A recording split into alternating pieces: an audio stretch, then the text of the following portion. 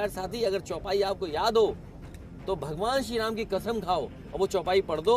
अगर अच्छी है तो अच्छी है, खराब है तो खराब है। ढोल गवार शूद्र बस नारी सकल ताड़ना के अधिकारी। बड़े ज्ञानी पत्रकार हो भाई। ए भाई, इनका गंगा जल से पैर धो दो, सर धो दो इनका। अरे पत्रकार साथी, नाम क्या है इनका? पुष्पेंद्र सिंह। पूरा बताइए ना। पुष्पेंद्र सिंह। तो ये तो शूद्र नहीं है ना? अगर शूद्र हो क्या तुम? सपा अध्यक्ष अखिलेश यादव को आजकल सवाल अच्छे नहीं लग रहे हैं। अगर उनसे सवाल पूछ लिया जाता है तो बदले में तुरंत पत्रकार की जाति पूछ लेते हैं। तब भी मन नहीं भरता तो सीधे बिकाऊ मीडिया का सर्टिफिकेट बांट देते हैं, यानी जो तुमको हो पसंद वही बात करेंगे, तुम दिन को अगर रात कहो तो रात कहेंगे।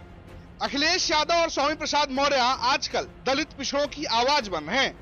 स्वामी प्रसाद मौर्य लगातार बयानबाजी कर रहे हैं और अखिलेश यादव चीजों को जस्टिफाई कर रहे हैं।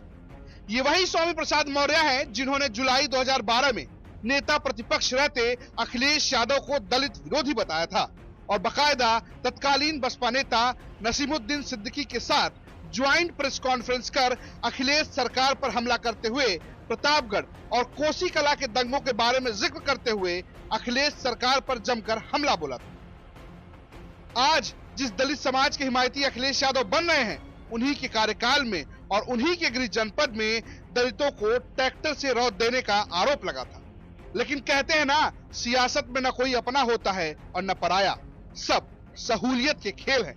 यकीन न आए तो एक बार चाचा शिवपाल सिंह यादव के साथ पार्टी में क्या क्या हुआ वो याद कर लीजिए। सपा को अगर दलितों और पिछड़ों की इतनी ही चिंता थी तो मायावती के साथ गठबंधन के बावजूद सपा की 2019 लोकसभा चुनाव में ऐसी हालत क्यों हो गई? अखिलेश यादव आज कानून व्यवस्था, रोजगार और करप्शन की बात करते हैं और पत्रकारों पर आरोप लगाते हैं कि वे बिक चुके हैं। चलिए आज कम से कम सवाल तो पूछते हैं। आपके शासनकाल में शाहजहांपुर के पत्रकार गजेंद्र सिंह को जिंदा जला दिया गया था। मरते वक्त गजेंद्र ने मंत्री राममूर्ति वर्मा पर गंभीर आरोप लगाए थे, लेकिन बाद में क्या हुआ वो जग जाहिर है। मुजफ्फरनगर दंगों में क्या हुआ वो तो बताने की जरूरत नहीं। दंगे के बाद जब लोग कड़ाके की ठंड में टेंटों में तिल तिल मर रहे थे, उस समय अखिलेश यादव सैफई में सलमान खान का डांस देख रहे थे। आपके शासन में दंगों की बात करें तो 2012 में 237, 2013 में 247, 2014 में 242, 2015 में और 2016 में 100 से ज्यादा दंगे हुए। ये दंगे सिर्फ धार्मिक नहीं थे, इसमें जमीन को लेकर, जाति को लेकर, छात्रों के दंगे सब शामिल। आपको अगर याद नहीं तो हम आपको याद दिलाते कि मथुरा में 280 एकड़ जमीन पर से अतिक्रमण हटाने गए पुलिस के साथ क्या हुआ। अतिक्रमण हटाने गए पुलिस पर ऐसा हमला हुआ था जिसमें एसपी और एसएचओ मारे गए। 23 पुलिस वाले अस्पताल में भर्ती हुए। इस घटना को अंजाम देने का आरोप राम वृक्ष नाम के शख्स पर लगा।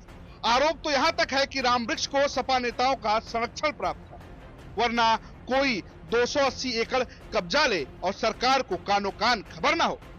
बदायूं रेप कांड के बाद हुआ बुलंदशहर रेप मामला आप अगर भूल गए हो तो आपको याद दिलाते कि कैसे मासूम बच्चियों के साथ रेप हुआ और फिर उन्हें मारकर टांग दिया गया। आरोप तो सपा सांसद के नजदीकी लोगों पर लगा था। उस समय आपको दलितों और वंचितों की याद नहीं आई। आप करप्शन की बात कर रहे हैं। आपके शासनकाल में गौतम बुद्ध नगर की तत्कालीन कलेक्टर दुर्गा शक्ति नागपाल के साथ क्या हुआ याद है या भूल गए? दुर्गा ने माफियाओं पर शिकंजा कसना शुरू किया तो उन्हें सस्पेंड कर दिया गया, याद है ना? तत्कालीन आईपीएस अमिताभ ठाकुर के साथ क्या हुआ और कैसे ऑडियो वायरल हुआ था वो भी याद है। यूपीपीएससी के अनिल कुमार यादव वाला मामला एक बार याद कर लीजिए। अनिल कुमार यादव उस समय यूपीपीएससी के चेयरमैन थे और तब कमीशन पर करप्ट प्रैक्टिस का आरोप लगा। कमीशन अनिल कुमार की निजी कंपनी की तरह काम कर रहा था। अखिलेश आंख मूंदे रहे। जब इलाहाबाद हाई कोर्ट ने इसमें हाथ डाला तब अनिल को हटाया गया। वो आप ही की सरकार थी जब नोएडा के चीफ इंजीनियर यादव सिंह पर सैकड़ों करोड़ों संपत्ति बनाने का आरोप लगा था। आपकी सरकार पहले तो आनाकानी करती रही, फिर दबाव में आकर 2014 में यादव सिंह को सस्पेंड कर दिया। फिर फरवरी 2015 में वन मैन जुडिशरी इंक्वायरी बैठाई गई क्योंकि इसे मैनेज करना आसान था। इलाहाबाद हाई कोर्ट में पिटीशन फाइल की गई सीबीआई इंक्वायरी हो। आपकी सरकार ने इसका विरोध किया। पर कोर्ट ने ऑर्डर दे दिया। इसके बाद आपकी सरकार सुप्रीम कोर्ट चली गई, पर वहां भी हाई कोर्ट का ही फैसला माना गया। उस समय आपकी सरकार बेशर्मों की तरह काम कर रही थी। किसको बचा रही थी, कैसे छुपा रही थी, याद है या भूल गए? आज आप किसानों की बात कर रहे हैं। आपके शासनकाल के दौरान 2015 में बुंदेलखंड में फरवरी और अप्रैल में बारिश हो गई, फसलें खराब हो गई, किसान मरने लगे, बहुतों ने जान दे दी और कई हार्ट अटैक में मर गए, क्योंकि सरकार ने फसल खराब होने को लेकर कोई फैसला नहीं लिया था। किसी भी तरह के मुआवजे की बात नहीं की थी। साल खत्म होने पर अखिलेश सरकार ने चेक बांटने शुरू किए। लोगों को 23 रुपए के महज चेक बांटे गए। बुंदेलखंड में यह क्राइसिस अचानक नहीं हो गई थी। वहां 3 साल से सूखा पड़ रहा था और आप सो रहे थे। ऐसे तमाम किस्से हैं जिस पर सवाल उठ सकते हैं अखिलेश जी। इसलिए जाति पूछने और बिकाऊ कहने से पहले अपनी उपलब्धियों पर ध्यान दीजिएगा। बता दें कि मैनपुरी में यूपी तक के पत्रकार ने जब अखिलेश यादव से रामचरितमानस को लेकर सवाल पूछा तो अखिलेश जी को गुस्सा आ गया और उन्होंने पत्रकार से उनकी जात पूछ ली और बिका हुआ बता दिया। ये भूल गए कि जाति और धर्म का खेल आप जैसे राजनेताओं को सूट करता है। दिन रात गर्मी सर्दी में जान हथेली पर रखकर न्यूज पहुंचाने वाले पत्रकारों को नहीं। मैं आपसे कह रहा हूं, धार्मिक ग्रंथ के खिलाफ कोई नहीं है, ना मैं खिलाफ हूं। भगवान श्री राम के खिलाफ कोई नहीं है, रामचरितमानस के खिलाफ कोई नहीं है। हमसे बोलो रामचरितमानस के खिलाफ नहीं है। लेकिन मेरे पत्रकार साथी, मैंने अपना स्टेटमेंट दिया है, कहा है कि मुख्यमंत्री अगर योगी न होते, धार्मिक स्थान से वहां आए होते तो शायद वो सवाल मैं न पूछता उनसे।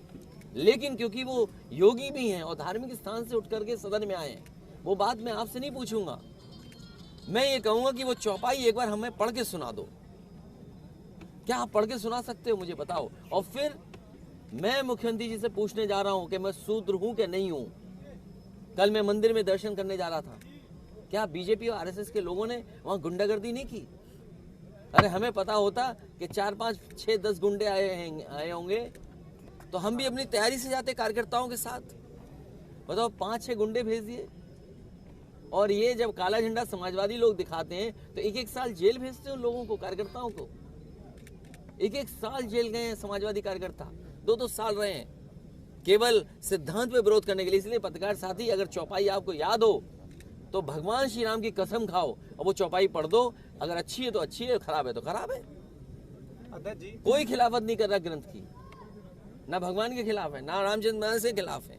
लेकिन ये बीजेपी वाले ये बताएं उनके नेता क्या क्या कहते हैं। आप चौपाई पढ़िए ना, आप पढ़ दो।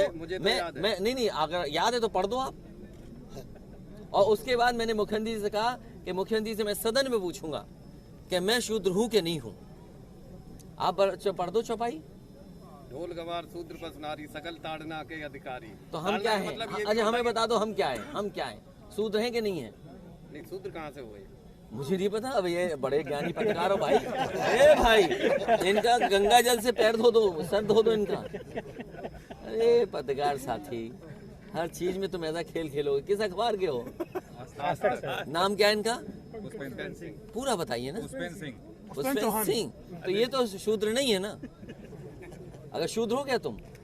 कह दो तुम शूद्र हो, कह दो तुम शूद्र हो। तुम जाओ, तुम हम चैलेंज करते हैं इस बात के लिए।